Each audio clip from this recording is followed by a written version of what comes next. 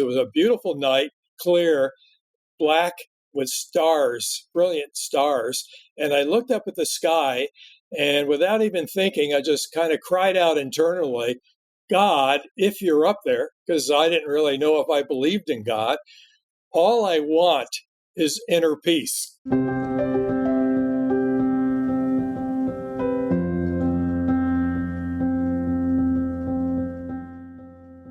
Welcome to Matters of Soul Importance, where we dive deeply into topics of both earthly and eternal consequence. I'm Roxanne Solonin, faith columnist and features writer for the Forum, author, and speaker.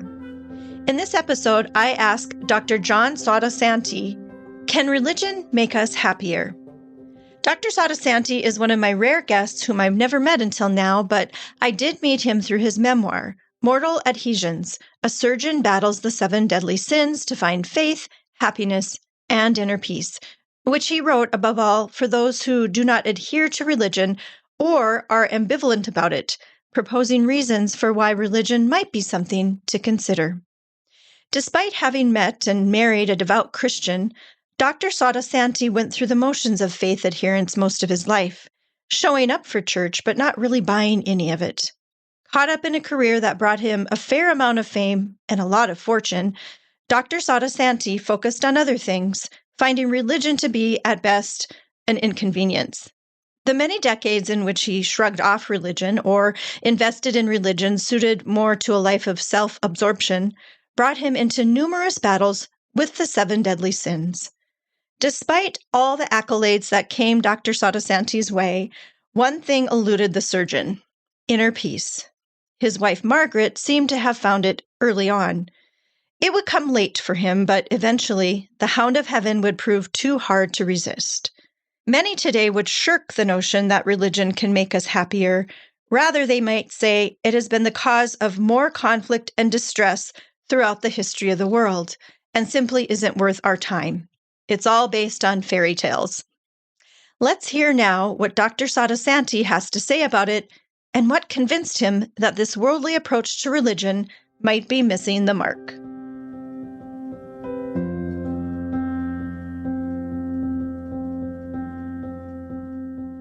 Well, welcome, Dr. Sottosanti, to Matters of Soul Importance. How are you doing this morning? Well, I'm doing fine. Thank you for the invitation. Well, absolutely. To begin, why don't you tell us where you're calling in from, and then we can kind of set the stage for our discussion. Where are you at right now? I am in La Jolla, California, and that's in San Diego, just north of the city along the coast. How's the weather there today? We have a gray day here, the day we're recording this. What's it like in California today? I would hate to use the word perfect, but that's what it seems to be today. Well, we've had a pretty nice fall, so we're not complaining too much, but and we don't have snow yet, which is unusual. So we are counting our blessings up here. But I want to highlight your book today, which I have right in front of me here, Mortal Adhesions, A Surgeon Battles the 7 Deadly Sins to Find Faith, Happiness, and Inner Peace. But before we get into the faith part, why don't you share a little bit about just your career, just the kind of where you began your life, and then kind of a little bit about your career, and then we'll go into maybe talking about what your faith life was like. Okay. My dad was born in Italy, and at age 7 came over with his parents and settled in southern Connecticut. And he was from a poor family, and one of the things he had to do at age 7 was walk along the railroad tracks every day in winter to pick up pieces of coal that the steam engines, the people shoveling the coal, would spill over the side of the engine, and he'd have to pick up and bring it home for the heat. So because of that, he was very concerned about money, and he fortunately was able to get a scholarship and become an engineer, and he was very scientific and very analytical. And he kept saying to me, though, John, what you have to do to be respected in this country, because he had felt some anti-immigrant prejudice against the Italians. He said, what you have to do to be respected is you have to get a lot of education, as much as you can, ideally become a doctor, and make lots of money. And so that was in the back of my mind. And fortunately, I was able to go through school, get into an Ivy League college, and then I was at the University of Pennsylvania, got my bachelor's degree, and I went to Georgetown University for my doctorate degree, and later on to the University of Southern California for surgical training.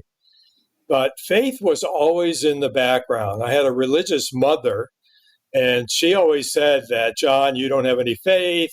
And she was worried about when I went off to college, what would happen. And she said, every night I'm going to pray for you to do well. And she prayed to St. Jude because as she told me, St. Jude was the saint of hopeless cases. And she didn't want to insult me, but she implied that I was a hopeless case. And so that's the way it was. How many siblings did you have? I'm trying to get a picture of your whole family. Yeah, I had a older sister, 3 years older. And because we didn't have a lot of money, Dad wanted her to be a doctor first, but she fell in love in college and then ended up getting married and dropping out. Had a wonderful family, but never completed college. And so that money was able to come over to my education. The pressure was on then. It definitely was. So go ahead. So what happened after college, or what was your pursuit at that time? What sort of doctor did you want to be, and how did that kind of come out? Yeah, I actually became a doctor who did oral surgery, and at Georgetown, I actually went through first 2 years of medical school and then into the dental clinic to learn dentistry, and then did the surgical training because my specialty, periodontics, was the one specialty that was really designed to save a person's dentition for their entire life. And so the way that I did that was develop a technique shortly after I graduated from graduate training on how to grow bone. And it actually was able to get patents and license those patents to a company. So not only did I practice in an office, but I traveled the world lecturing for a company on this bone growing technique. And at some point you ended up in California. Where was that in your career? Yeah, well, right after I finished schooling, I had to go into the military because at that time there was a draft. The Vietnam War was close to ending. And I was brought into the military, and they brought me out west. That was my introduction to the West. They stationed me in Las Vegas, which was good and bad. It was good because the military pay was for an officer. I was a captain in the Air Force, was relatively good. So I had, a little extra money, and Vegas is a place where there's a lot of gambling, there's a lot of drinking, there's all kinds of shows. And so there were many temptations in Las Vegas, but I got through that okay. And you were married by then, right? You married I was. Right out of college, or? I married the last year of dental school before I went in the Air Force, which I did my surgical training after the Air Force. Okay. So Margaret followed you along your career from that point. I know for a while you were training to in plastic surgery. And I just want to kind of comment on that because I had never really thought about what that entails. And you do such a good job of describing what plastic surgery is. And I just want to kind of touch on that. I know that didn't end up being where you stayed, but what was that like for you? And I'm just curious because I always wondered what plastic surgeons think about their job. And I know, some of it's cosmetic, not all of it, but this idea of just like the cosmetic part of it. What were your thoughts about that as you were looking into that? Yes, definitely is cosmetic. And the reason I rotated through plastic surgery as part of my training was because as an oral surgeon in the mouth, there are many cosmetic defects that have to be corrected. You probably have seen someone who, when they smile, have very long front teeth or one particular tooth that looks very long. Well, we're trained to be able to take tissue from an adjacent area and slide it over and actually have it grow in place to cover the root of the tooth. So in the plastic surgery that I describe in the book, it was definitely cosmetic surgery. And you would think in the Air Force, which is where the training was at that point in time when I received that plastic surgery training, why in the world were they doing cosmetic surgery? Well, the plastic surgeons in the Air Force wouldn't stay past the minimum amount of time if they couldn't do cosmetic procedures, because they were all looking forward to the day that they would be in private practice. And so doing things like facelifts and breast augmentations were things that they needed to know how to do. And so just when I rotated through plastic surgery, we did a facelift, which I describe in detail, and a breast augmentation that I also describe. And that training was very, very helpful as I later went on to more surgery in my field. Interesting. So let's kind of dive in. You kind of broached the topic of faith a little bit, and I do want to kind of have that be part of the journey as we're going through your life. Where were you at this point as your career was taking off? Where was God at in your life?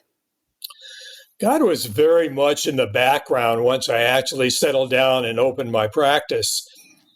I seem to be driven, and it may be because as the son of an Italian immigrant, there were times possibly when the neighborhood kids made fun of me, and I had a situation where I just needed to prove myself, maybe to prove myself to my father. So a lot of people, when they open up an office, for their entire career, they're the only doctor in the office. At least that's the way it used to be. Today, everything's centered around hospitals and large clinics. But I took that one person practice with maybe 3 nurses and assistants to a place where we had 5 doctors or 5 surgeons and a total of 52 people. So it was a large business. And so being the senior person, I was the main surgeon. I was the main promoter of the practice. I oversaw all the finances, the marketing, and it was very stressful. Then I was teaching at the university. And then I developed the bone growing technique. So I was lecturing out of the country. And all this success caused some problems. The first thing I did was spend way too much money. I had always wanted to be near the ocean. And so when I first started making a reasonable income, I found a house very close to the ocean. It was actually right above the ocean, and I could hear the waves hit the shore, but that was expensive. And then I bought a brand new Mercedes-Benz, and that was expensive. And then I expanded the office, and that was expensive. And I kept spending money. And I enlarged the practice, took on a partner, and I had difficulties there. My wife wasn't seeing a lot of me because I was dedicating so much time to my profession. We were arguing. And my life, all of a sudden, even though I had everything that one could want in terms of successful financial gain, and I had patients who were actually movie stars and Nobel Prize winners, and everything seemed wonderful from the outside, but internally, I was feeling a lot of stress.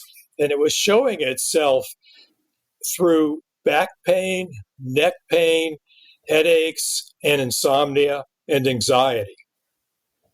When did those issues surface? Probably not right away, or probably as you went along a bit? Yeah, it kept building. And so I went into practice in my late 20s, and I really got successful by my late 30s. And so I moved into the Ocean View house, right above the ocean at age 41. And I would say between ages 41 and 48, it was really building. And God definitely wasn't part of my life. In a sense, I would play the part of the father who took his children to church because my wife certainly wanted the children to go. So I would go along. But in reality, I was thinking of other things when I was there. And I even dabbled in New Age religions around that time because what I was doing, I didn't really know how to engage my faith the way my wife did. And so I experimented and looked at many, many different faiths until I finally found the true faith. That's we can talk about later, possibly, because it didn't happen right Right. then. Yeah. What? Well, when you were describing all the things you were doing, I mean, you weren't, the job was so all encompassing. And in order to have a relationship with God, we do have to give time to that relationship. That's part of it, is devoting ourselves to it and to him, like any other relationship. So it kind of make sense to me that you didn't have time for it, because you had to put your focus on these other things. And it would be a career that would be hard to kind of say, well, this isn't working out, I'm going to go do this other thing. Right. I mean, once you're No. kind of committed for life, as you were saying, right? No, I was so committed. I mean, I had all these people whose salary I was essentially paying. And if things didn't go well, I had to lay people off, which I didn't want to do. And so I always felt the pressure of the practice. Then, of course, the home took a lot of upkeep uh, and a big mortgage. And all those things were present. And I felt the strain and stresses from all of them.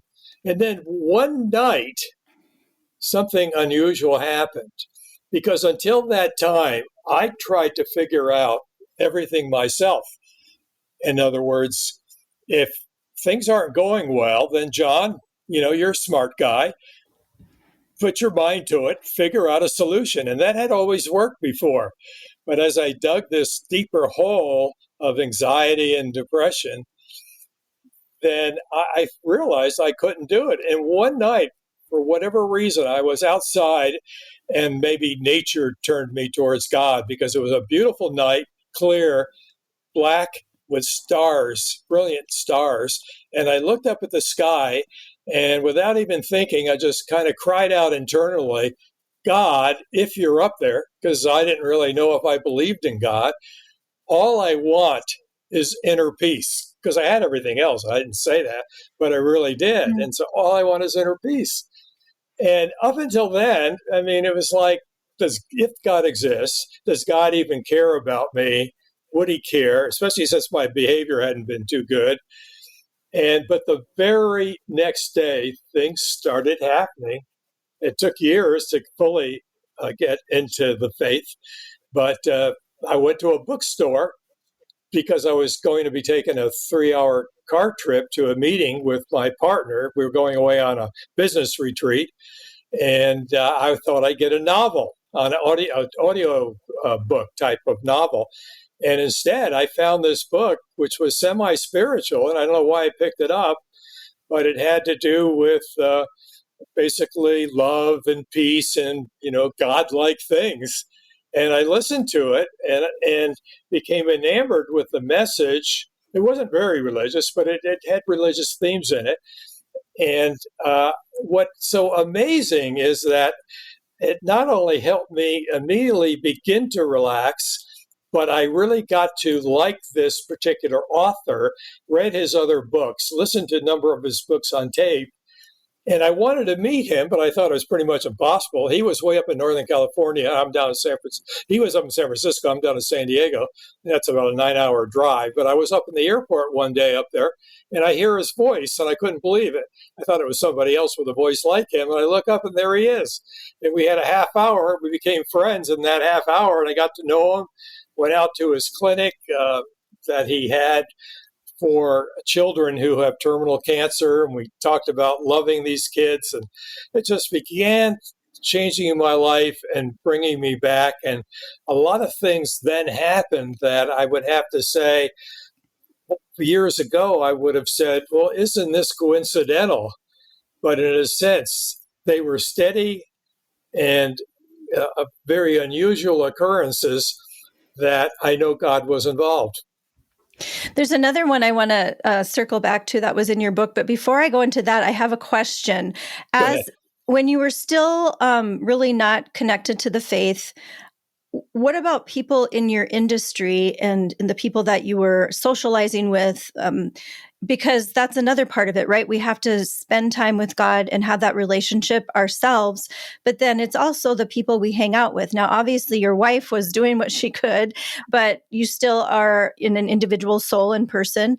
Was there anything in your environment that would have like cued you in, or was it pretty secular? Well, my profession was very secular. And in fact, the national meetings that I went to were almost always held on Friday, Saturday, and Sunday. And there Mm. was no room for church. I mean, I could go to church, let's say Saturday night, if I were religious at that point in time. Or later on in my career, I definitely found the time when I went to the national meetings. But there was no mention of God in the profession. Now, in terms of friends, sure, my wife had her female friends who were religious, and they were married to people who I became friendly with.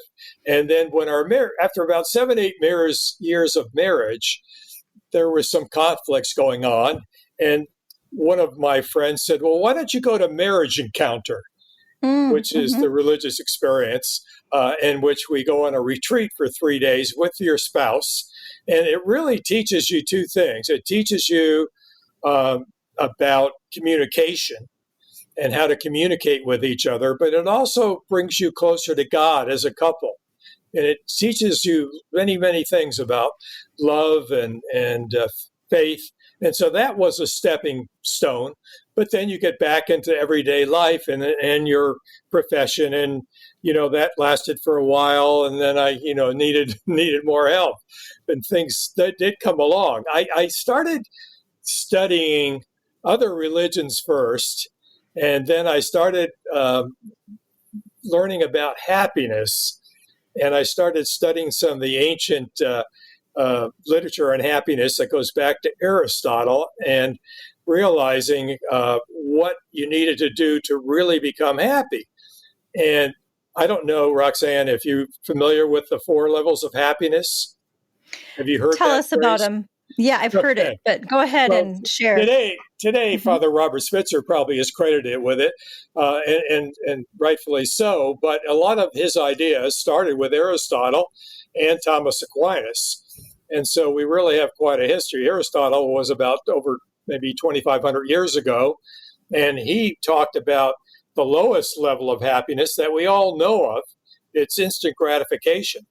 Hmm. It's a kind of a sensory type thing. It might be eating your favorite ice cream cone. It might be your favorite sports team winning a game. But it's quick, it's fleeting, and it's shallow. It might be a a short-term relationship with somebody, but it isn't a mature type of thing, and it's relatively shallow and not deep. The next level of happiness, uh, I would really call the achievement level, because this is where we set goals. This is where most people operate. Most people operate in the lowest level of happiness. They look forward to instant gratification. But of course, many people set goals and they achieve those goals. So let's think about educational goals. Let's think about somebody that wants to be a tennis player.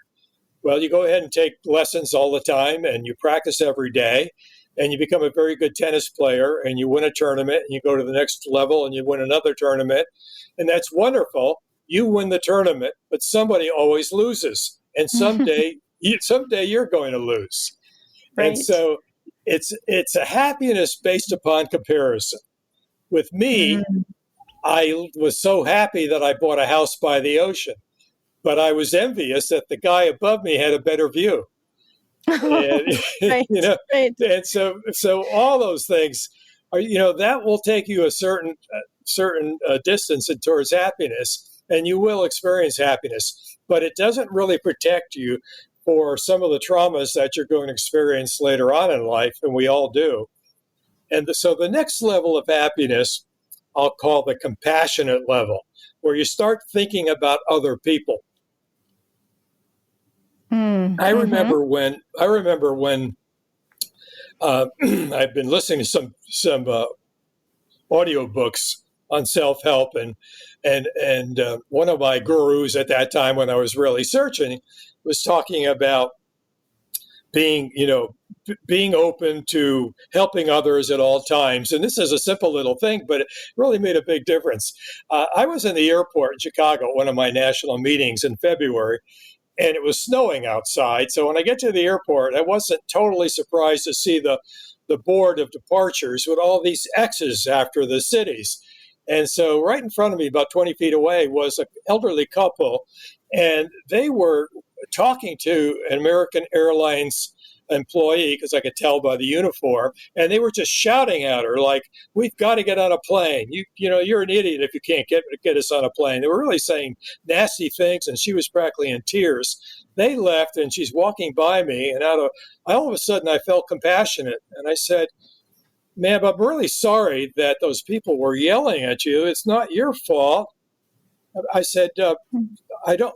She said, "Well, where are you going?" And I said, "I'm going to San Diego." I said, "But it looks like my flight's canceled." She said, "Come with me." And she takes me over to the computer terminal, and she says, "You're in luck. There's one seat left on the last plane to San Diego. It's leaving in 15 minutes. I'll call the gate. They'll hold the plane for you. There's one seat left. It's in first class. There's no extra charge. Do you want to take it?"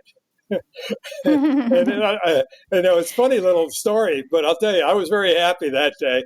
But she was happy too. She really felt the kindness, and later on in life, I learned, I found deeper level of happiness where I got involved with homeless shelters, and then children from the inner city who needed an education, and I helped them get into college by helping to pay for their their private school education that they would never have had a chance to do. So that's level 3. Now, level 4. Level 4 is a tough one. Not everybody gets to level 4. But Aristotle talked about it, and he talked about it in terms of your values and your ethics and what is truth. And, Maslow in his Pyramid of Success talked about self-actualization. So a lot of people have really talked about it. And Aristotle did believe in God, but he didn't believe in a personal God. Thomas Aquinas did. In fact, Thomas Aquinas is well known for saying that we have an emptiness in our hole in our heart that only can be filled with God. And to really truly be happy, that's what you have to be close to. And Robert Spitzer says pretty much the same thing. He well defined the 3 lower levels of happiness, and then he talks about the highest level of happiness, which he calls transcendent happiness, where you have purpose and meaning in your life. Not only do you care about the good, true, and beautiful, and helping people, etc., but knowing that there's a God up there that was involved in your creation, and that there's an afterlife, and that your goal on earth is to be close to your God and to get to heaven and have eternity with God. So when I named my book Mortal Adhesions, a surgeon finds faith, happiness, and inner peace, the mortal adhesions. The adhesions are a metaphor for the addictions that we pick up in life, and if you go through things like the 7 deadly sins, pride, envy, gluttony, lust, there's a whole bunch of them, and they really do stick to you. Even friends of mine I know, some of them are addicted to going cruising. I mean, they can't get off of one cruise without saying, "Well, when can I get in on another cruise?" Well, that's fine and good, but it really isn't the high values that Aristotle talked about, and the virtues, etc. So I think we all have to start thinking about, how do we climb the ladder of happiness? And with me, you asked about friends. Because of these people, like Marriage Encounter was helpful for a while, and then later on in life, friends talked me into going on something called the Cursillo weekend. And in the Catholic or Christian faith, Christ, of course, is the center. And it was a weekend to help you form a personal relationship with Christ. And that was extremely helpful, too, and opened up many, many different channels, for me to get closer to God. I mentioned New Age religions. Did you want to talk about that a little bit? I do, but first, I want to go backwards. And there was this other question, or I wanted to have you share about this car, because you have an interesting story about this car that you just had to have. Why don't you share about what happened when you bought this expensive car? Because Okay, I think it was one of those moments when maybe God was trying to tap you on the shoulder, possibly. definitely is. Because at this point in my life, I didn't really worry about whether God really existed. And maybe he did, maybe he didn't. That's why I think today there are a lot of people known as the nuns. They don't really have an actual religion, and they say they're somewhat spiritual. I guess I could say it was somewhat spiritual. I love nature. So I moved into La Jolla, the oceanside community, bought the big house, and I was driving what I'll call a common car, like a Ford. And when I came into the community, I said, "Well, nobody drives Fords and Chevys around here. They're all fancy cars." So I bought a black Mercedes Benz. I couldn't afford a real new one, but I found one with only 5,000 miles on it. And I thought, well, what a great thing.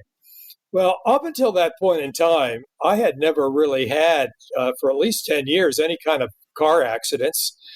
But there was something unusual about this car. It was beautiful. It smelled new. It had 5,000 miles, as I said. And the first thing I noticed was, well, I bought it in December. And in January every year, I was the host of a symposium at the University of Southern California where we had nationally known speakers come in. I chaired the meeting, and one of my goals was to take the speakers in my car, several of them, out to dinner on Friday night.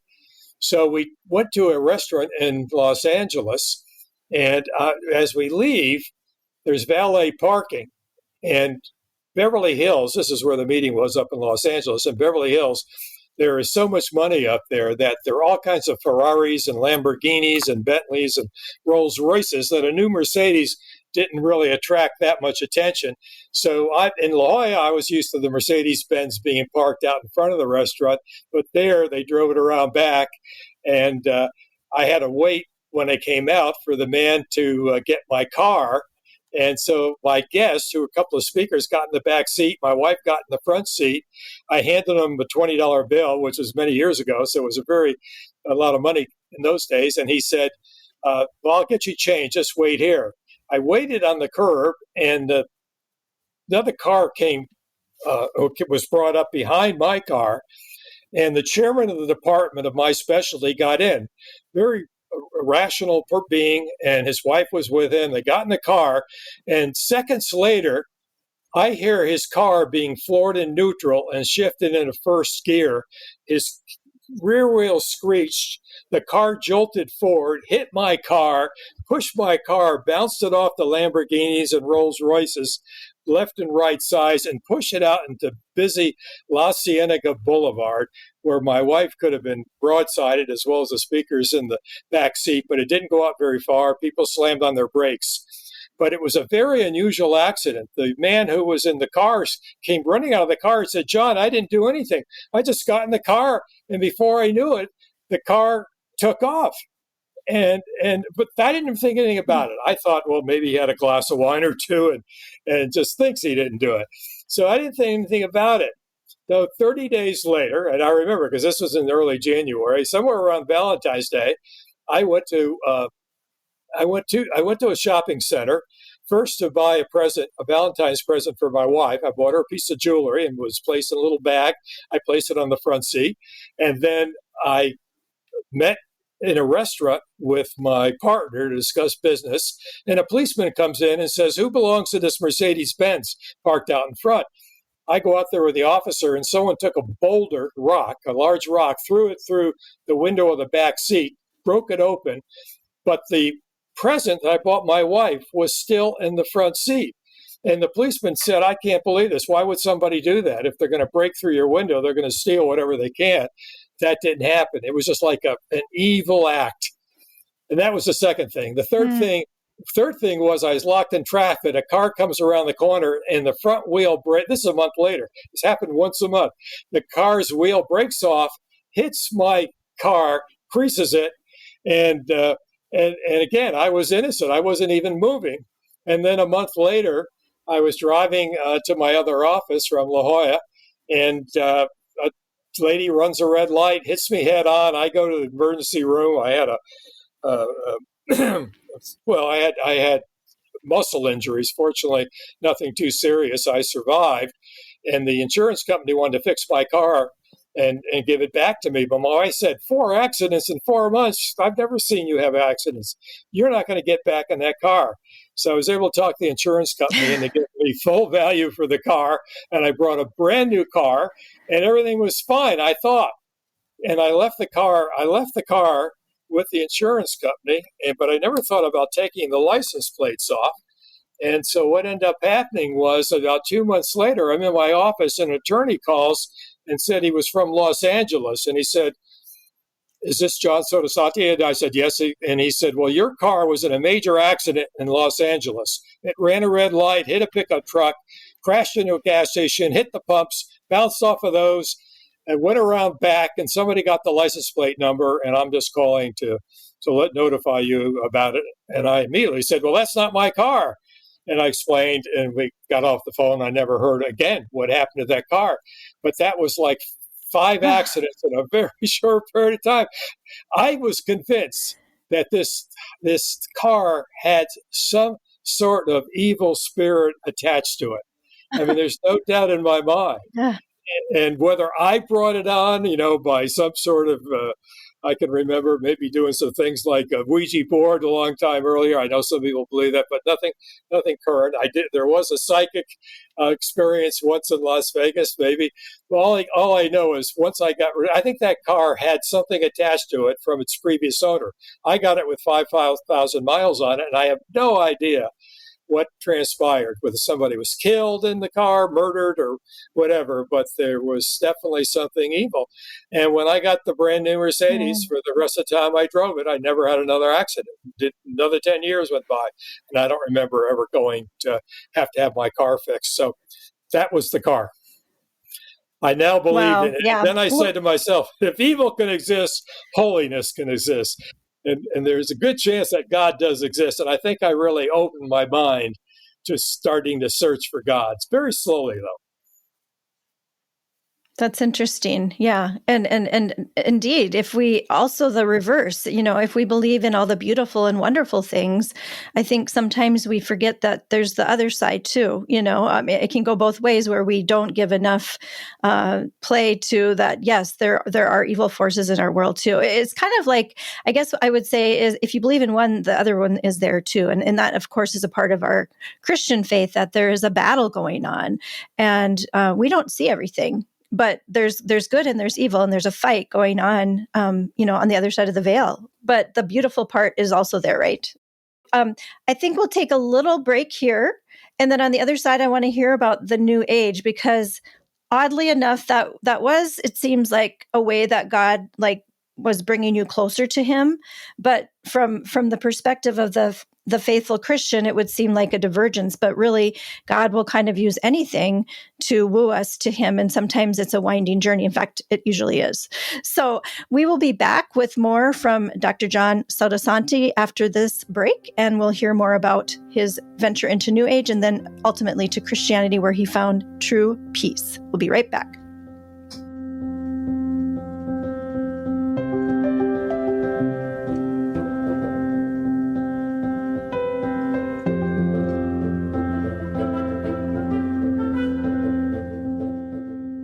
Get 3 months of local news for just 99 cents a month. You'll get unlimited access to the news you need to stay engaged and connected to your community. Visit inforum.com/subscribe now to get 3 months of local news for only 99 cents a month.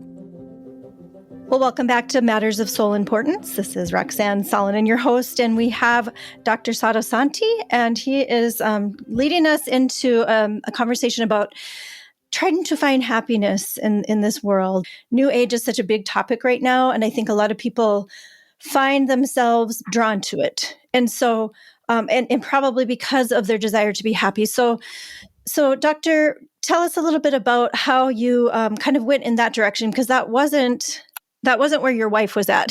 So, but for some reason that was where you were drawn. And can you kind of explain why that was and what attracted you to it and also what led you away from it ultimately? Okay. I was looking for something that would give me some peace and quiet and meaning in my life, but I didn't really want to spend very much time in it, and I didn't want it to have very many rules. And so, New Age seemed to be something that would work for me. And it did for a while because where I was, I had no religion. So I guess we could say Age is better than absolutely nothing, being a total atheist.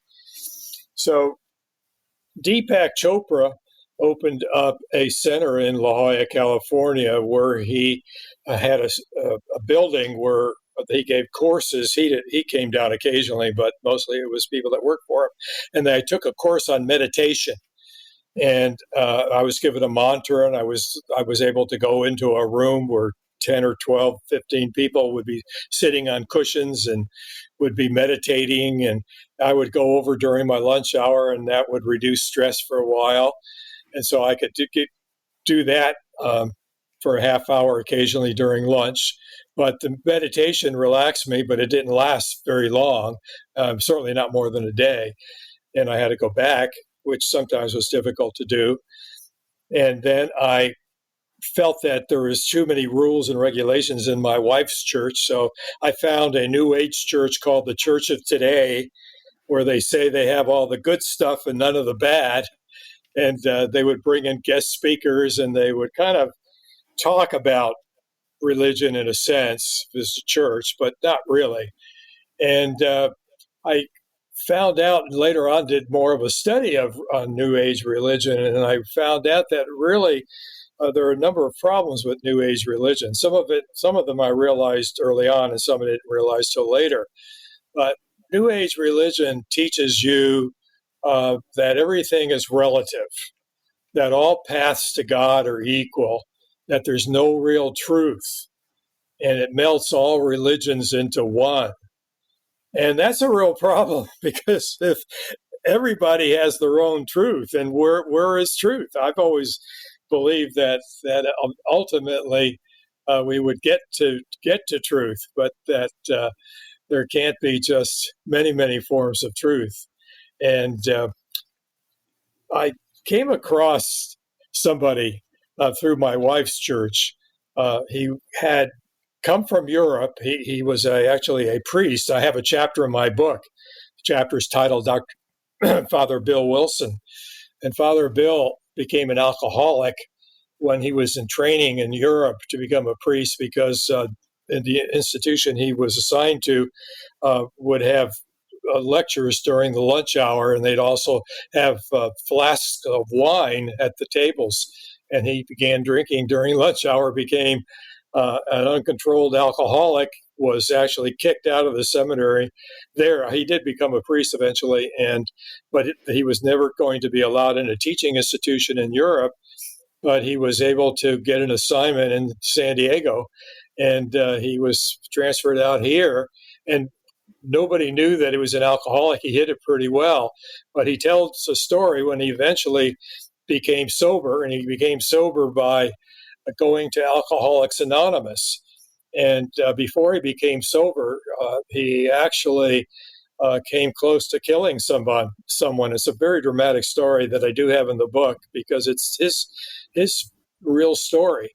And he thought he could solve his problem himself, but he couldn't. He ended up going to AA. And what does AA teach you? Well, they teach you there are 12 steps to get out of alcoholism. And AA is the most successful alcoholic rehabilitation program in the world. And one of the key steps is you have to admit that you're incapable of solving your alcoholic problem yourself, and you have to turn it over to a higher power. They don't say that that power is within you. And the chapter about Father Bill Wilson really goes into that in detail. So besides the relativistic nature of New Age, that you can do it all yourself, which we can't, they also bring in various occult practices. To bring in things like mediums, psychics, astrology, things that the people who have been involved with demonic possession of individuals have learned that those people that practice those types of things have a way of bringing the demonic on. And that's a dangerous thing to get into. I didn't think twice about it back in the time before I got my black Mercedes, but I certainly do today. I think when I was just gonna say, when I learned the title of that church, the Church of Today, I thought maybe that was just a made up title because it sounded so ridiculous to me. But the Church of Today, I mean, it's so worldly, right? It's exactly the opposite of what Christ came to teach us. And one of the things that struck me too is like in the beginning, when you were describing it, you were looking for a church that suited your needs, suited what you liked, suited your preferences. And I think that's one of the dangers, right? Because it's very much a danger. Everybody wants to be happy. And we have all these people that are going off into the new age type of religions. But deep-seated happiness is hard to come by. And if you can just have a shallow happiness and then all of a sudden something really bad happens, your spouse leaves you, one of your children dies unexpectedly or commits suicide, the terrible things that can happen, unless you have a deep, profound happiness and understanding of what's really important in life, it's very difficult to get through it. I think that what happened to me was I was gradually coming along, realizing the new age wasn't giving me the depth of happiness that I really needed to have. And I was more open to some of the things that my wife was into.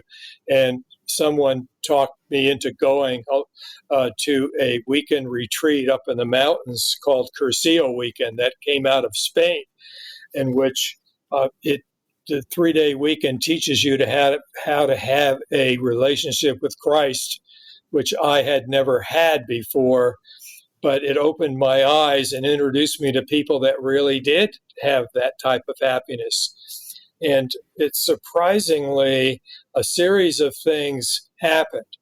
The question is, when these things happen, one after the next, like me meeting that speaker up in the airport in San Francisco, you really can only say for so long, oh, it's just a coincidence.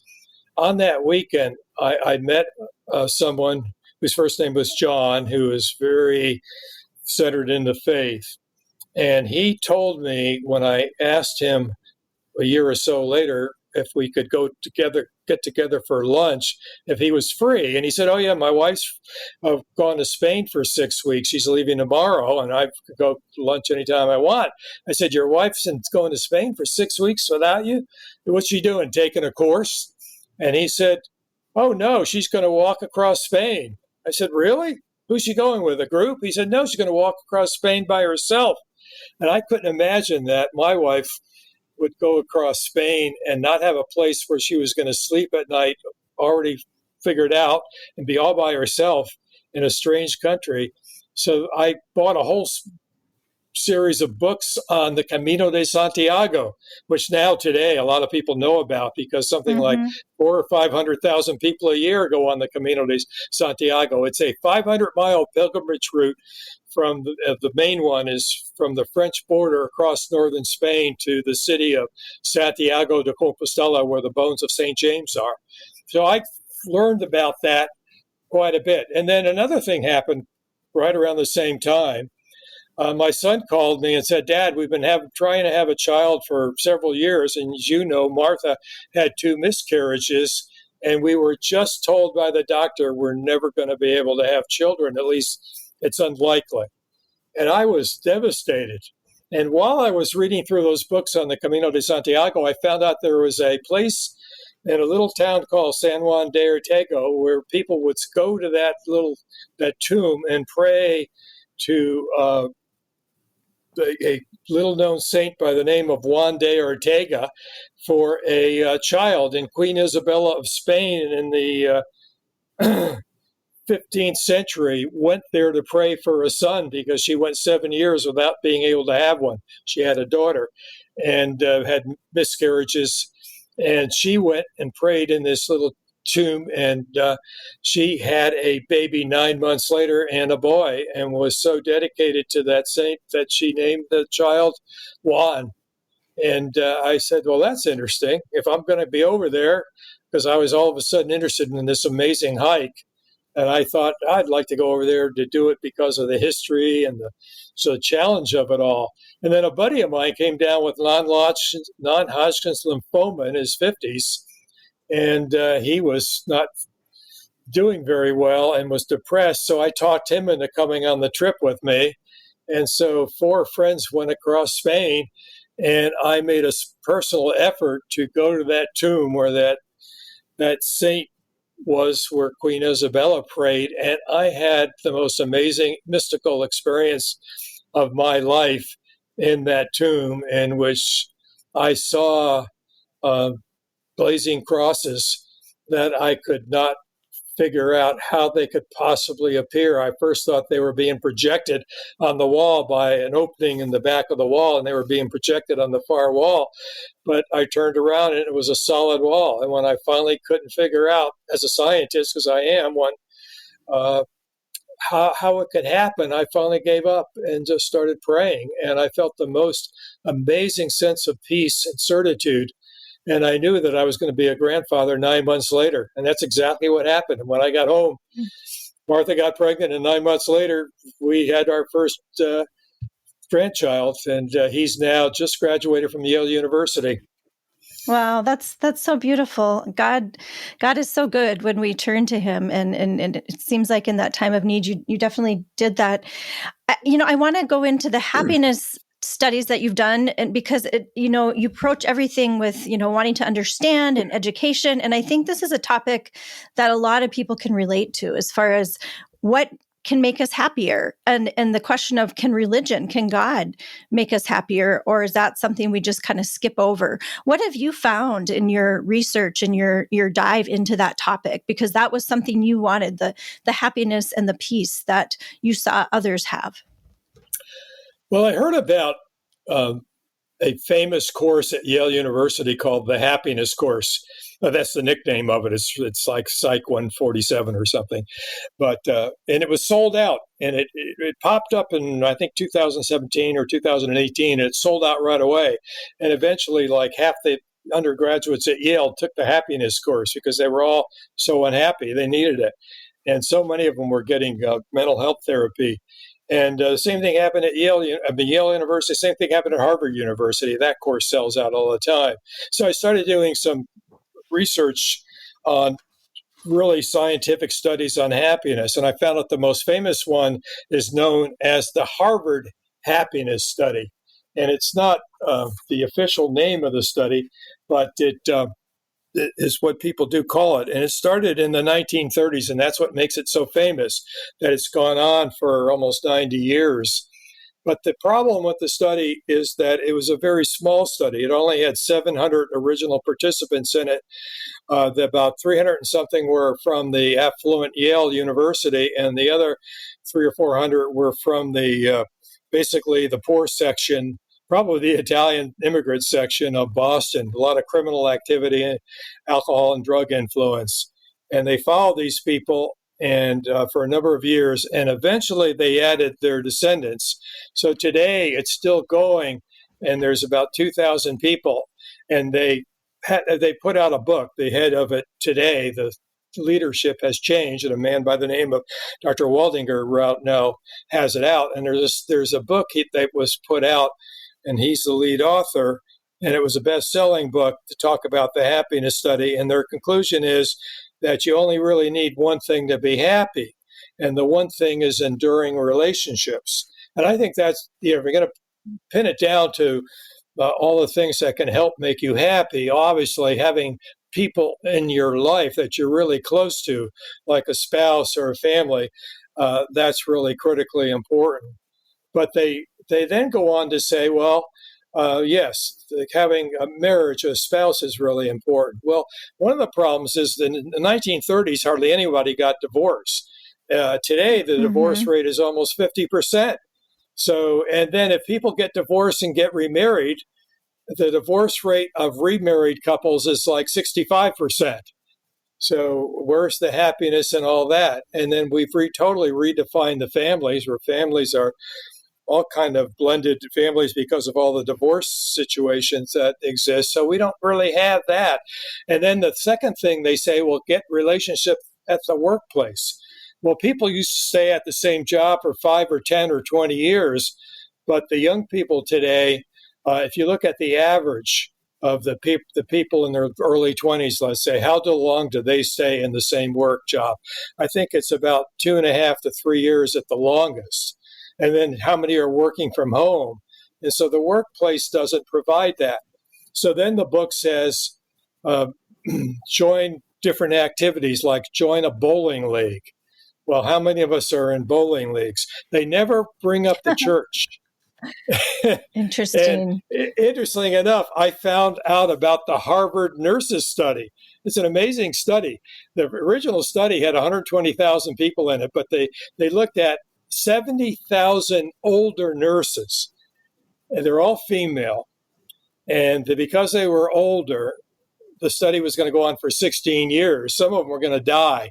So they looked at the health and the longevity of the nurses. And they found out that if you went to church, you were one of the nurses in the study, and you went to church more than once a week, so you were really active in the church, you had a 33% less chance of dying during the course of the study. And if you went to church one time a week, which would be probably the average of people that are actually churchgoers, you had a 21% decreased mortality. And even if you went occasionally, let's say Christmas and Easter and maybe one or two other times, your reduced mortality dropped down to 11%. And there's a whole bunch of studies out there. I don't have time to even go into them, but these are not mentioned. And so having a relationship with God and your fellow church memberships can make a huge difference, and it has in my life. Yeah, looking at those studies just from your scientific lens, what would you say that's all about? I mean, how can you explain it? Well, why does somebody who goes to church on a regular basis? So there's a couple of things you can look at. People, for instance, who go to church regularly are probably going to drink less alcohol. They're probably not going to use drugs. So right away you have that aspect type of thing. But the rest of it is people tend to go to church regularly and have a relationship with God, have more meaning in their life. They're going to have the ability to have less stress, to turn things over to God. There's an excellent book out there called He Leadeth Me by Walter Zizek. And Zizek was a Catholic priest who was in prison in the Soviet Gulag and was threatened and tortured. And every day until he reached a point where he no longer was obsessed with the worry that he was going to be basically killed or tortured. He basically said, God, I'm going to turn it all over to you. And I know that I trust in you to bring good out of this, no matter what it is.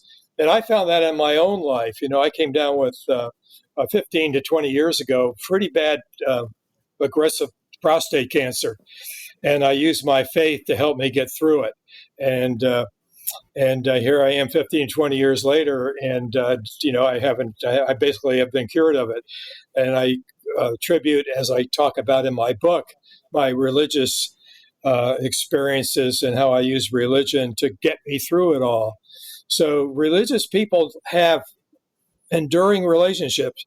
When I went on this Cursillo weekend 20 years ago, I met a group of guys, and we have continued to meet, about 8 of us, every Friday morning for breakfast for the last 20 years. So the Harvard longevity or happiness study says the way you know if you have enduring relationships is how many people would come over in the middle of the night if you have an emergency. And I thought about that. He said, if you have one person, that's good. If you have two or three, that's great.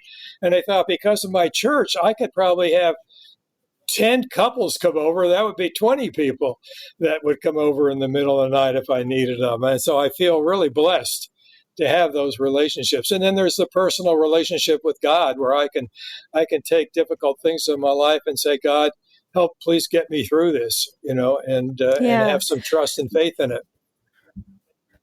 What would you say to those that don't trust and have heard only bad news about religion and haven't gotten the good news?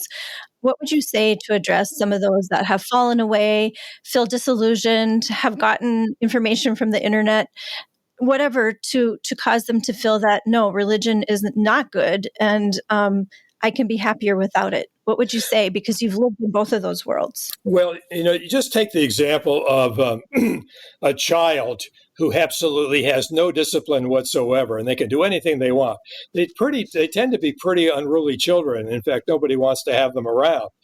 But ones that have a decent set of rules. A man by the name of Jordan Peterson is really popular today. And what Jordan says is, get your act together, guys. Make your own bed first before you go out, try to go out and change the world.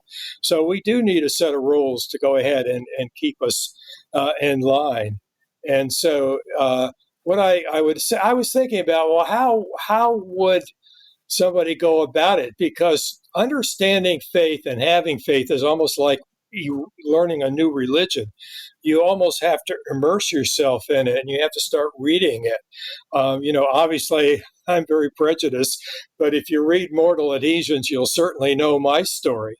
Another thing you might want to consider doing early on is picking up, you get an app called Bible, or the Bible in a Year with Father Mike Schmitz. Google Bible in a Year podcast, and you'll see Father Mike Schmitz, and start listening to that on a daily basis, and that will really help.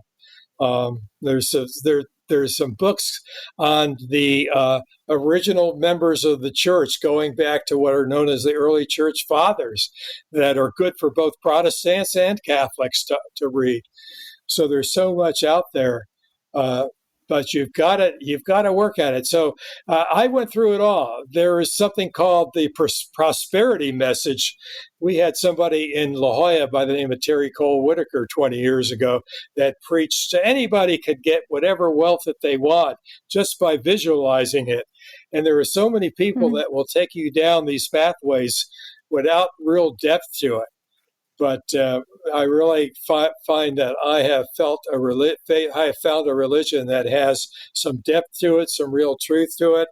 I talk about that towards the last pages of my book, when I finally became immersed in the faith and did the work and did the Bible study, and I began spreading the faith to some of my friends that had no faith.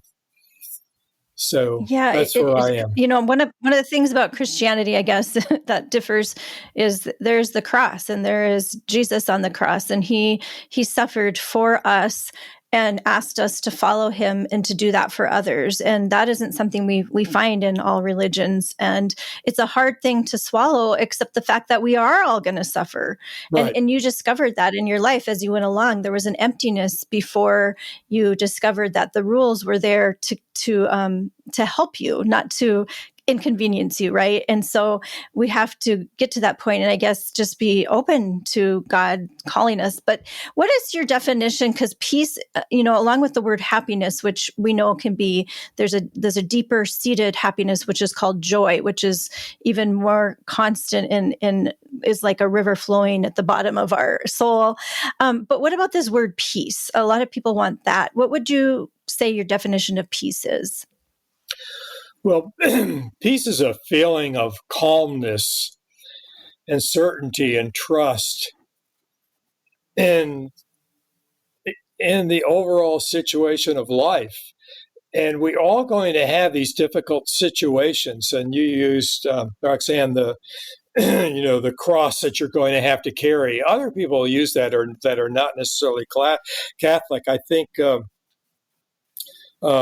Man's Search for Meaning by the Jewish psychologist or psychiatrist Viktor Frankl mentions carrying your cross.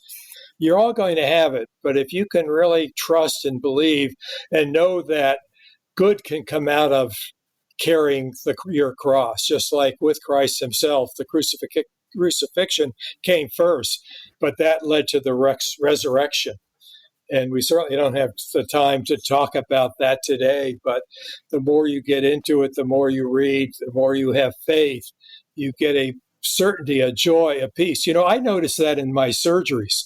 I would have these patients come in, and I would try to do these procedures to that what I would call heroic procedures to really take situations in which tremendous amounts of bone was lost, and I would try to grow a new amount of bone. And if the patient was full of peace and joy, right away, I knew that they were going to be a wonderful patient. When I had somebody who came in with lots of anxiety and distrust and fear, and that's one of the things I like to work with, is that when you're dealing with faith and religion and particularly Christianity, there's a lot of emphasis on love. Love your God and love your neighbor. And if you're either going to be a loving person or you're going to be a person full of fear, and the two are very antithetical to each other.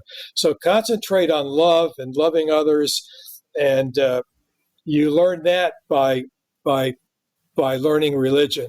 And it doesn't need to be the New Age religion, which is very shallow.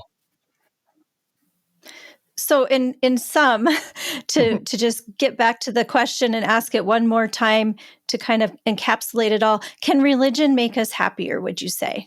Well, it certainly has to me. I got through, as I mentioned, the difficult situation in the beginning when I was very frustrated by the possibility of not having any grandchildren. But a few years later, I got that terrible cancer diagnosis. And, I turned immediately to religion. I did lots of reading, faith. I did the Camino de Santiago, lots of prayer. And so much good has come out of it. I am so much more peaceful and happy. And, not that I'm not going to have difficult things happen, and not that I'm going to be totally immune to sadness, but I now feel stronger and I have more joy in my life. So think I think getting involved in religion is so important. But we have a secular world out there today that is trying to say you don't need it. You are God.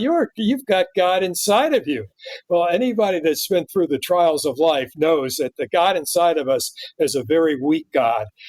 Father Bill, in my chapter on the alcoholism, you'll learn about the small God that's in us, and then we have to turn to the big God and form a relationship, and that is so important, Roxanne.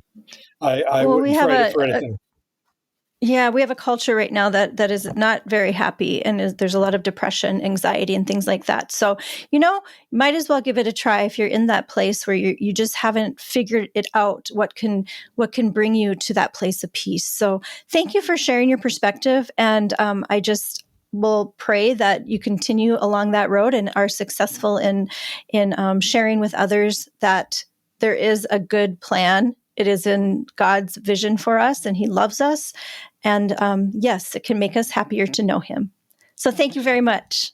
Well, thank you, Roxanne, for having me and for having me be able to express myself on something that I feel is so important, and I'm willing to devote my life to it at this point in time. Absolutely. And I will put in the show notes the link to Mortal Adhesions. A surgeon battles the 7 deadly sins to find faith, happiness, and inner peace. There's a story in there about your mother, which I found so beautiful. So we will leave that teaser and let people read it for themselves. But Mortal Adhesions. So I want to say one last thing. Go to mortaladhesions.com because that takes you to more description of the book, and then we'll take you to the Amazon site where they can pick it up if they're interested. But that'll show you photos. It'll actually show you the Camino de Santiago photos, and a lot of things that I talked about today will be on that website. And you'll see the family. You'll see that little baby who grew up to be this 6'7" healthy individual after that experience on the Camino de Santiago. Oh, wonderful. Images are great for connecting us to a story. So thanks again, Doctor. You take care and say hi to your wife. Thanks, Roxanne. Love your show. Okay. Bye. Thank you. God bless you. Yep. You Bye-bye. too. Thank you. Bye. Can religion make us happier? Who doesn't want more happiness? I'm glad Dr. Sottosanti sent me a copy of his book before the interview. It invited me to do something I hadn't done for a while, to sit down with a book with the commitment of learning about one soul's journey toward God. It's a good read, and I suspect there might be a sequel at some point. In the interview, I found his sharing on the 4 levels of happiness particularly intriguing. Though I've heard of them before, I think it's always good to review where we're at in the journey. He mentioned that 4th and elusive level of happiness and how hard it is to achieve. I can say with confidence that because of my faith, I do believe I've entered that level at times and in ways I don't believe I would have achieved without faith. I would describe it as transcendent and something only possible to perceive when one is connected to the divine, and especially a God that is outside of us, yet invested in us. Some of the saints have described times of being in ecstasy in such moments, an experience of tasting and experiencing heaven, if even for a short time. While faith isn't based on feeling alone and short-term happiness will never satisfy, understanding the joy that comes from living one's life for others with a merciful God in the lead can be the difference between a life lived and a life lived well, in my estimation anyway. In our next episode, we'll ask the question, is the child in the womb really human? This is a topic that has gripped us as a nation and world, and how we answer has implications beyond this world. Angela Copenhaver, whose stance on that primordial question has dramatically shifted from her previous pro-choice views, will help us sort through this, leaning on science to make her case. Until then, don't lose sight of the light.